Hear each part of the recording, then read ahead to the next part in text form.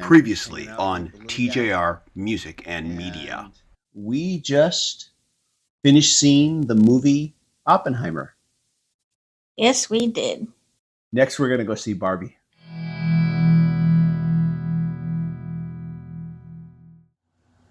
Hey everybody, this is TJR. This is Superfan? And we saw the Barbie movie.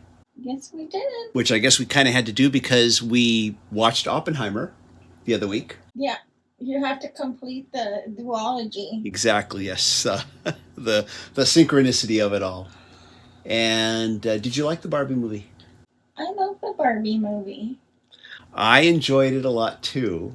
I'll have to admit though, I was surprised. I honestly didn't think that I would feel like I had anything to unpack coming out of a Barbie film, but I found that I actually had a lot to unpack in ways that I didn't expect to with Oppenheimer. It was a deep and thought-provoking movie. In some ways it was. In other ways it was just a fun, silly comedy. And it kind of was both at the same time. I'm kind of reminded a little bit of the Lego movie in that there was this other layer to it. That was a lot more intelligent underneath a lot of the silly humor and a lot of the reference humor. There were some interesting themes about matriarchy versus patriarchy. I think what was interesting to me was what they did with the Ken character. Not so much what they did with Barbie, but what they did with Ken. And how being part of a toy line for girls, he's kind of just taken for granted. He's kind of just an accessory because it's a girl's toy, not a boy's toy. Well, yeah, but it's no different than a female character in a masculine. Well, sure, yeah. I mean, if you know, it's the same thing. Oh, of course, I agree. Hence the thought-provoking. Yeah, I know there are some people who kind of become unhinged about this film, saying feminist propaganda and all that. But the thing is, it's a girl's toy. And if you think about it, G.I. Joe, how many female characters were there for G.I. Joe? The G.I. Joe I grew up with, there were none. G.I. Joe never had a girlfriend that I know of. Yes, right. He didn't. At least, and of course, Ken is not Barbie's boyfriend, but he is a boy and he's a friend. And that's where I think a lot of the interesting parts about Ken come into play, because it's clear that Ken wants to be more than a friend. And Barbie just doesn't have that interest. And to me, it was interesting that this came from a female director, because this is the story that a lot of men have gone through, and even I've gone through it, and you know who I'm talking about. I've talked about her to you, yeah. Where there was this one woman that I wanted her to love me so bad, and I was in the friend zone. For a lot of men, this leads to misogyny when their love is unrequited. And this is kind of what happens to Ken once he comes to the real world. Spoilers, everybody. Once he comes to the real world and he sees that men aren't regarded as just kind of an accessory, that there is a respect for men. But when he learns about the patriarchy, he takes that back. And he goes back to the Barbie world before Barbie does, and he changes the world when she gets back to where it's now a male-centric world and everything's changed. And of course, she wants everything to be back the way it was because that's the world she liked. So a lot of interesting themes going on with this that I was not expecting.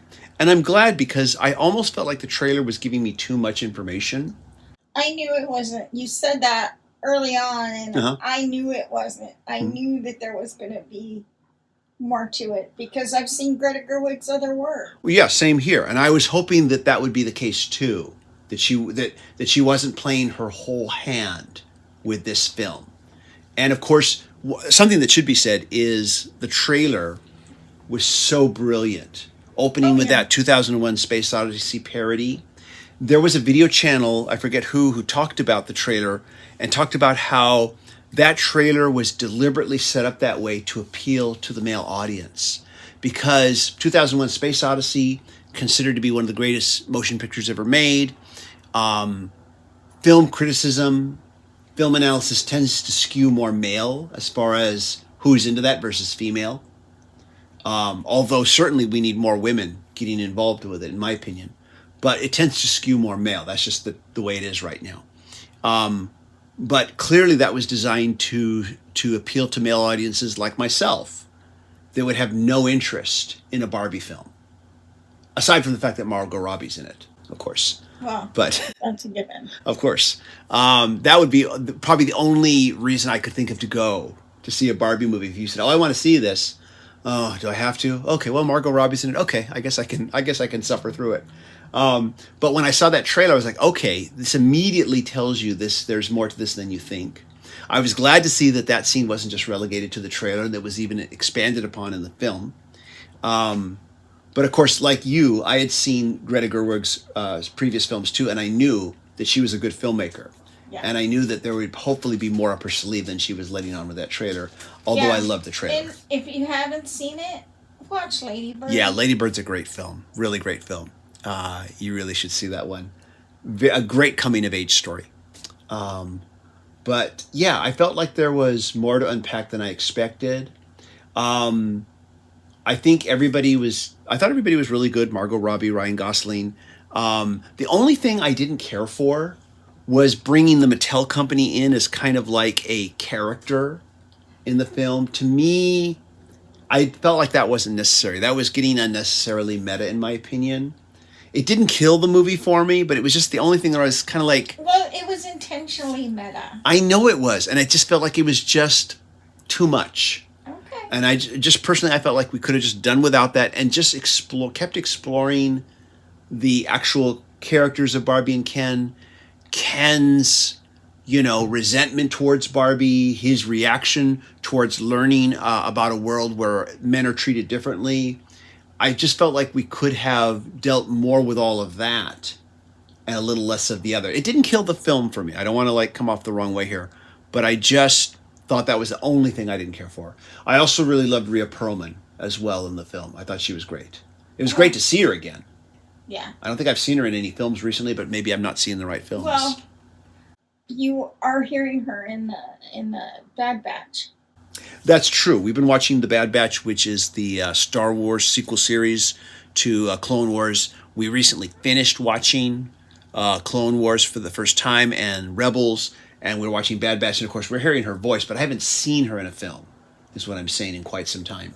And it was good to see her. That was a great portrayal as the real life creator of Barbie. Now, there was some meta that I liked and really thought was really touching and really sweet. I have no idea what she was like in real life, but the way she was portrayed in the film added a lot of really touching elements to the film. I thought she carried herself really well in this role, and I don't think I've ever seen her look lovelier. But fun movie, I would definitely recommend it. I understand that Oppenheimer is doing really well, and Barbie is doing gangbusters at the box office, which is about what I expected because you've got the more popular IP with Barbie.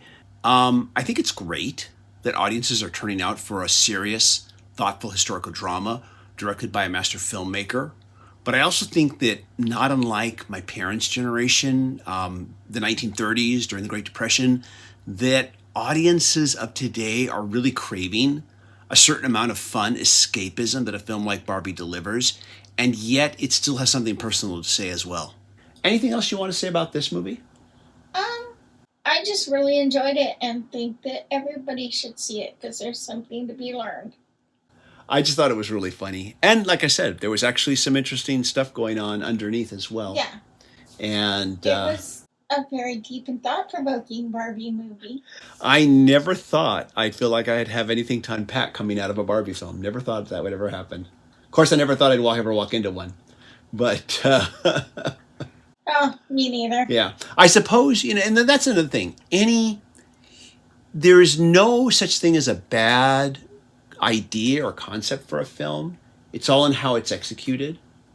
It if there was a toy that I'd like to see turned into a film, it would be the toy that I actually enjoyed playing with as a kid, which was Major Matt Mason. And I think there's a lot of possibilities with that one, that you could do some fun, cool science fiction stuff with that, make a fun movie out of it. But anyways, though, if you saw this film, let us know what you think. And we'd be curious to hear your comments, good or bad. Everybody, thank you so much for tuning in. If you like these videos, be sure to hit like. It helps the channel a lot. A big thank you to the Patreon supporters. Patreon supporters do receive exclusive weekly videos not available on this channel. And we'll look forward to seeing you in the next video, everybody. Take care. Bye-bye. Bye.